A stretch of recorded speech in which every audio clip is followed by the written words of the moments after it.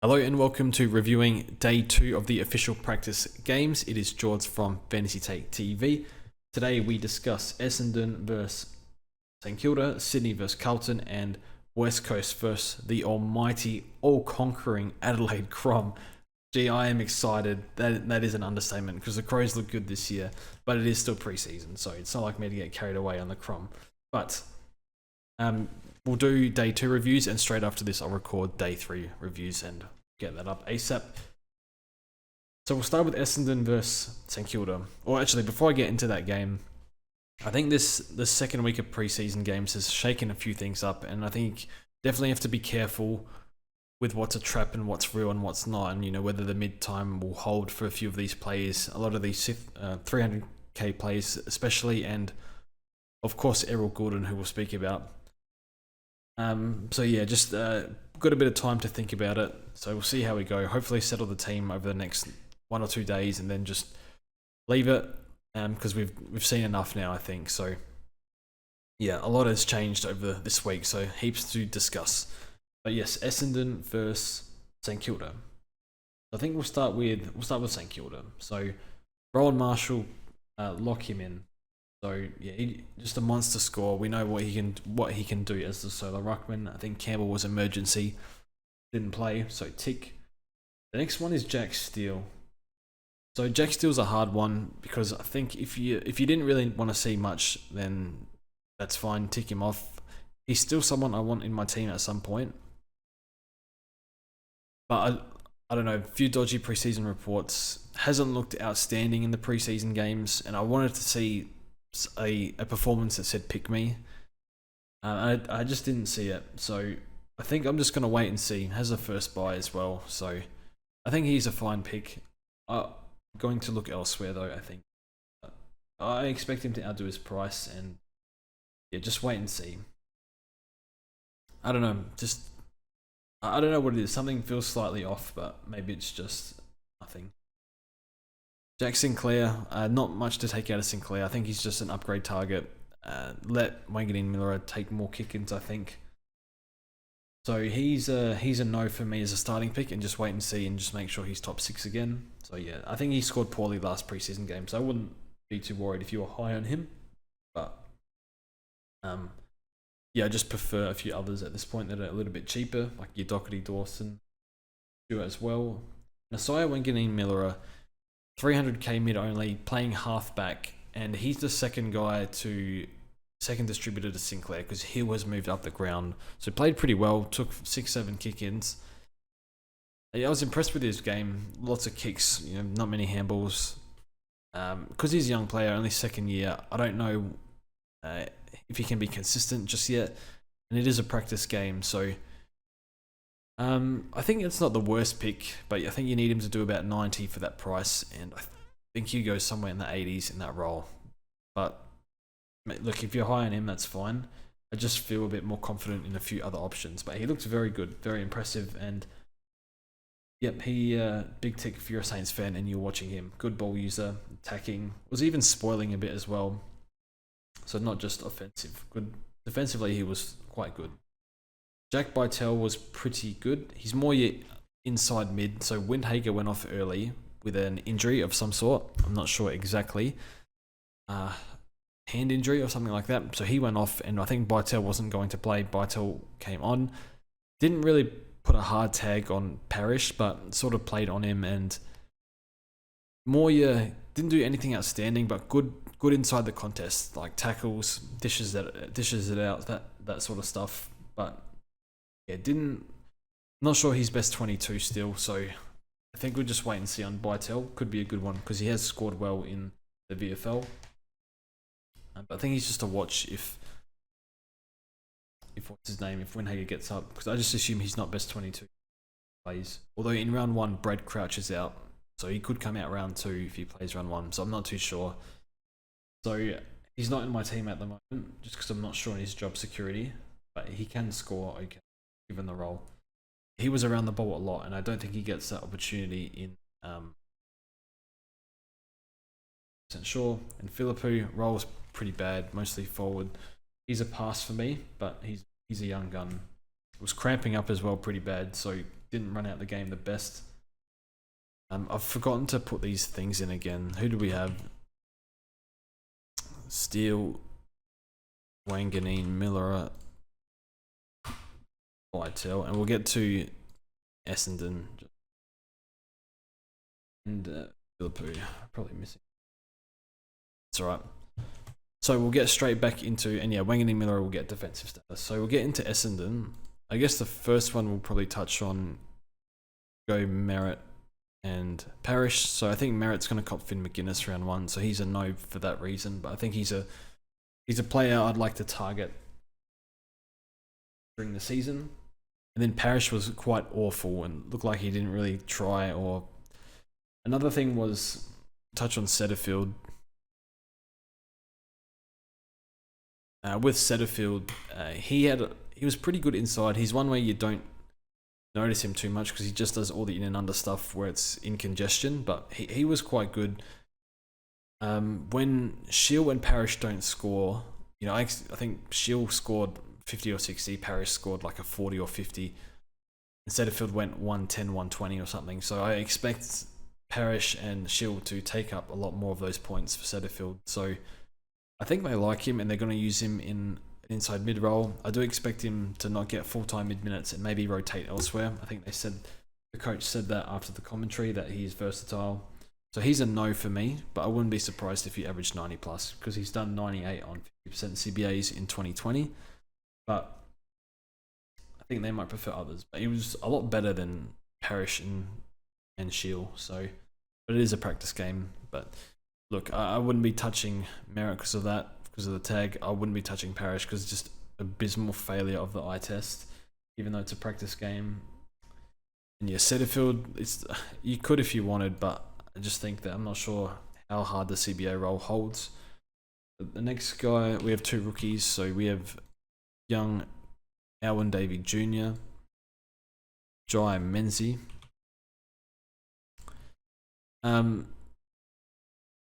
Yeah, I think they're both avoids. Menzie's too expensive, so he's a no, but he played alright. But Davey was good. He started really well, a bit lively, and he pushes up the ground a bit, which is good, so not just to stay home forward, but apparently his tank is quite poor, and he's going to go missing for big periods. So I think he'll get opportunity, but I don't think he'll make much money. I think he's like a candidate to be subbed off, so I prefer a Chandler on the bench if he plays, see if he's best 22. Just because a few more years in the system, playing for a better team, it would have a much stronger endurance base. And yeah, probably a better build because Davey's still quite small. So I would rather that route. So he's a no for me, Davey. But if I need to feel like I'm running short on rookie options, he's probably a last resort for me. So that is Essendon versus St Kilda. Both teams were pretty average, to be honest. Now, the next game we'll touch on is Sydney versus Carlton. And I don't have many names from this. I only have 2 from Sydney. So number 1 is McAndrew. So McAndrew, I don't think he played much. And when he did, Laddams was the main ruck. So he's a pass. Yeah, they have a few guys that can come back early in the ruck, like Marty and McLean. I'm not sure on their timeline, but if Laddams is good to go, then McAndrew's not going to get much ruck time. He's not going to score anything. So he's a no. He would need to be number 1 ruck for me to consider him. And, oh boy, I had never seen anything like this before. Wrong, 0. Errol Goulden. Oh boy, how do I put this? If you score 180 and you get 45 touches and kick 3 goals, I don't care if Mills is out. I don't care if Ablett and Judd were in the team and they're out. I don't think you have a choice. I think you got to pick him. He did 83 of 10% CBAs last year. And I remember not fielding Goulden when he was a rookie for us a few years ago, and he scored 130 on my bench. And I just feel like I gave up 80 points to the rest of the comp off the bat, and it was the worst feeling in the world. I think his ceiling is too high, and I do think that he got, I reckon, 70, 80% CBA, something like that. That's not going to hold because they got Mills to come back in. But if you can get 30, 40, you can probably push 100. Plus, he has that wild ceiling. He had a 150 game last year as well, so looks improved player, just everywhere. Just, you know, he's already having a monster game, then he goes on and kicks another goal. It's that sort of game where it's just you got to see it to believe it. So yeah, I think the take on Gordon was he's not going to get enough CBAs because he's fifth string. But when you do that, I don't know what else to say other than I'm just going to pick him and just see how it goes. If he's not a keeper, he's not a keeper. I think it's the right play to pick him. It's the ones that, if last year taught me anything, it's the ones that miss that really kill you. And he's one that could be a bad miss because, yeah, just the ceiling is too high. I would expect 100 average with 40% CBAs, which is kind of what I'm expecting. But yeah, I don't know. I just think that, I don't know I've never seen anything like that before. 45 and 3 goals. I don't know, just crazy stuff. So he's in for me. Locked. Move on to Carlton. So not many Sydney players to discuss. Just Mills was out, probably worth noting that. And that's it. So Doherty was very good. So I think Doherty, Dawson, kind of weighing up one of the two, maybe both. Just depends on how we shape up. So yeah, he was outstanding. No Zach Williams should help him. Just because there's more ball to go around in defence. Although he did score worse with Zach Williams in the out of the team last year, strangely enough. But I think he's very, very safe top 6. And the upside with him is full preseason this year. I think he's done 115 plus in the past. So he's high consideration. Just big tick for him. More half back in the first half, and then second half started a bit midfield. But I expect the role to be mostly half back because Walsh will come back probably early, it sounds like. Another one is George Hewitt. So if it wasn't for the back issues, this could be a sneaky one, I think, because he was doing 115, 120 before the issues came up for him. So yeah, he's a gun. I just think the durability, like he's had back issues twice over the past few years, so it's a no for me. But he looks very good. He's a gun. No Walsh though, so I think he can go 110 again this year, something like that.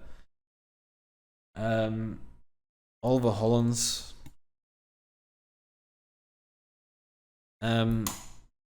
Honestly didn't notice him too much, so I didn't pay attention, but he scored a 60 odd outside game, runs out the game really well, has a big tank. That's pretty much all I know about him. It just feels like there's stronger options with better roles available at this price, like Phillips and Kenzie and maybe Bytel if he plays, but yeah, I don't know if he's best 22. I don't know. I wouldn't be fielding him, but I think he'll make some money. That seems alright. He's probably a pass, but yeah, not the worst. Then you got Chincotta and Cowan.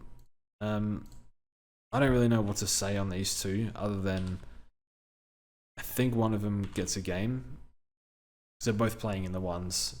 So, in an extended squad. So maybe they pick one of them, and I think you just pick the one that gets picked.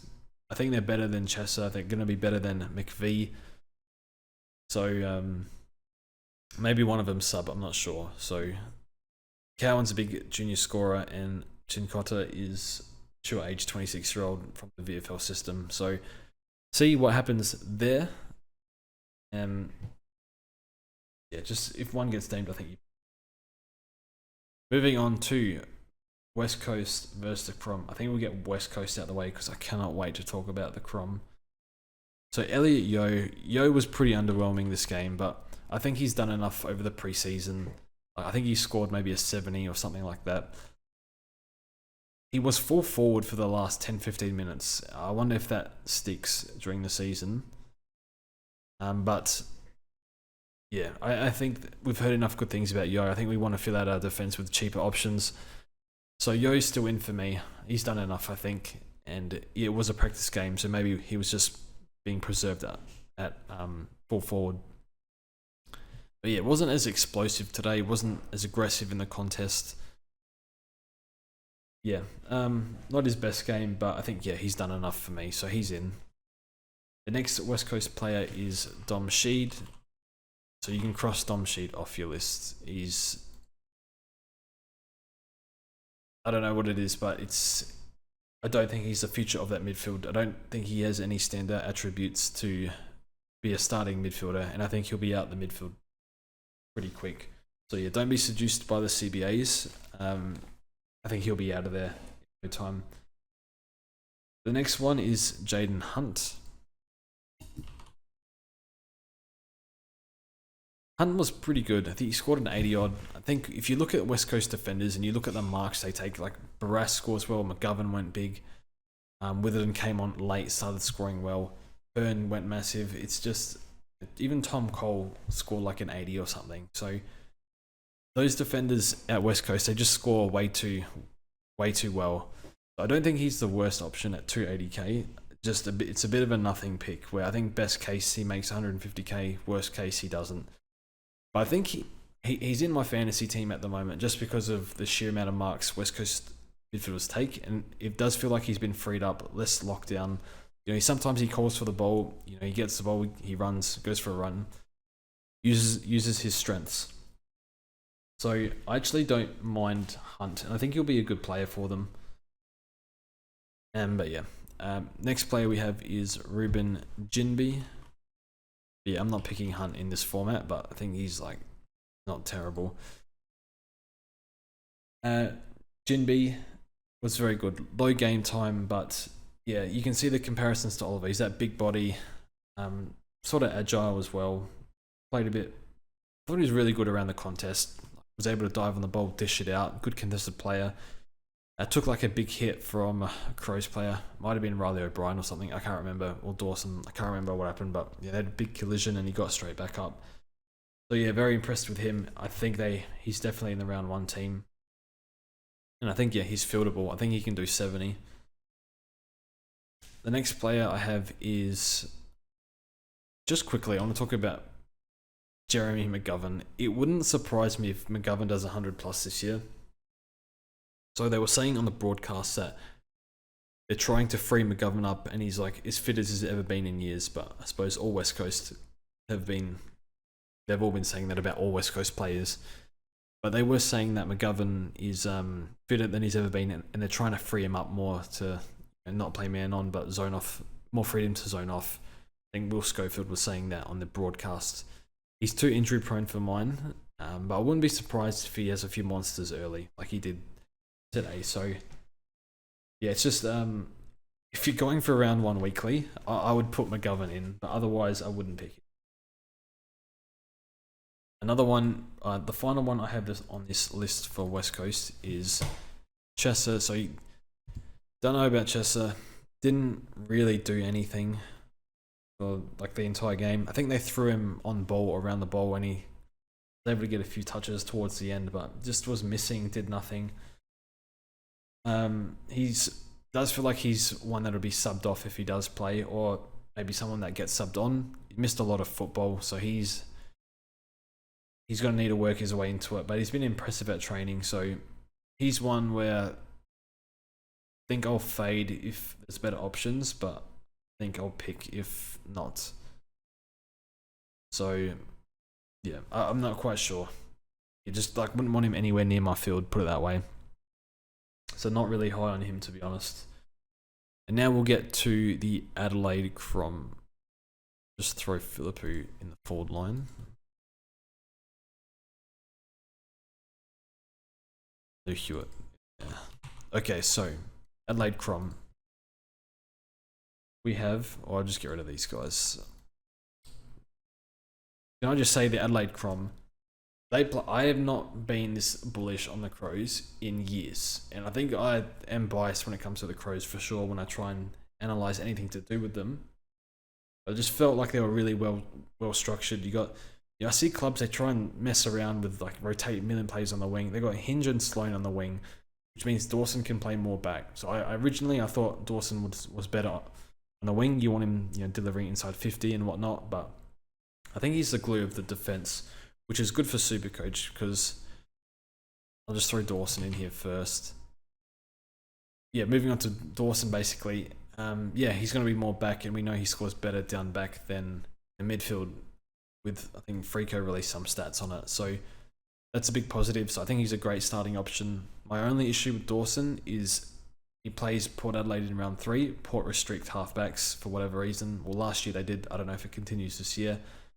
And he also plays round 6, most likely with a Finn McGuinness tag, which is, we're going to be looking for these 600k defenders. as soon as upgrade season starts, and you see Dawson coming off a tag, he could be right for the picking right there. So that's probably why I'm leaning Doherty over Dawson now. But if it wasn't for that, I'd go Dawson. Yeah, it's an interesting one. But yeah, Dawson, outstanding. Just big tick. Rory Laird, RLB, Rory Laird, bruv, we call him in Discord. I don't know how to... I have to pick him. His ownership's doubled since he was 10% probably 2 or 3 weeks ago. I don't know what to say. I think he's the safest captain in the game, and that's very reassuring. One thing to note, a good thing for Laird, is the midfield setup is basically the same. Like Schoenberg, I don't really see it with him. I don't know if he's a future piece or not, and he's done nothing to convince pro supporters that he is. But he's not a high accumulator just yet. So he's basically our third string mid. So you got Laird, Schoenberg, Berry. Then you rotate like Rochelle, Rankin, even Sloan or Keys might get a few rotations.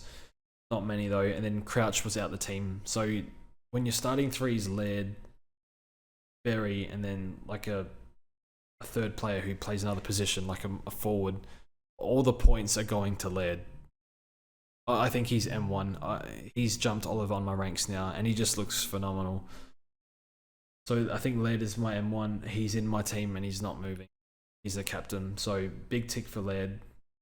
Yeah, I think a few people were pretty happy to have him at just 10% ownership, and now they might be upset. But I think that was pretty much on Twitter. All the Golden Pod owners were my pod crying about it, but it is what it is. I'll touch on Sam Berry. So I think this is an unnecessary risk. I don't know what he scored. I think it was an 80 or a 90, but he had 2 tackles, so we know that should be 8 or 9 tackles a game, similar to last year, most likely. So I think he'll do 100 this year. It's probably not enough to pick him, so probably overhyped him a bit, but I'm still bullish on him. Just, upside, but not enough. And then a few more names here. I've got 2. So 2 rookies. Luke Pedler. He played pretty good. It's just he's not worth 170k. He's playing forward. So yeah, I thought he played really, really well. Because he hasn't had any continuity. So with his body, now he seems to have gotten some. And he's best 22. But yeah. And then the other one was Ginby in the midfield. Wish there was more slots. Final one we'll touch on is Max Michelini. So he played alright. He's lockdown defender. He's not going to score anything. So I think he'll play. Round 1 maybe. If not, he'll play at some point during the year. But he's not going to score enough. He's not a heavy rebounder. He's a shutdown defender. So he's a no, but looks alright. So that's the team. In terms of players that are in my current team, I've got Doherty, Dawson, but I think I'm leaning Doherty at the moment. We've got Yo, one of the Carlton boys. Got no one in this midfield but Laird. I've got Ginby, and I've got Gordon. So yeah, that's where I'm at. So yeah, I'll record the other video now, and yeah, hopefully you've been enjoying these games and whatnot. Let me know who you like, or who you think is a trap. Yeah, should be good. So thanks for watching, and we'll see you guys in the next one.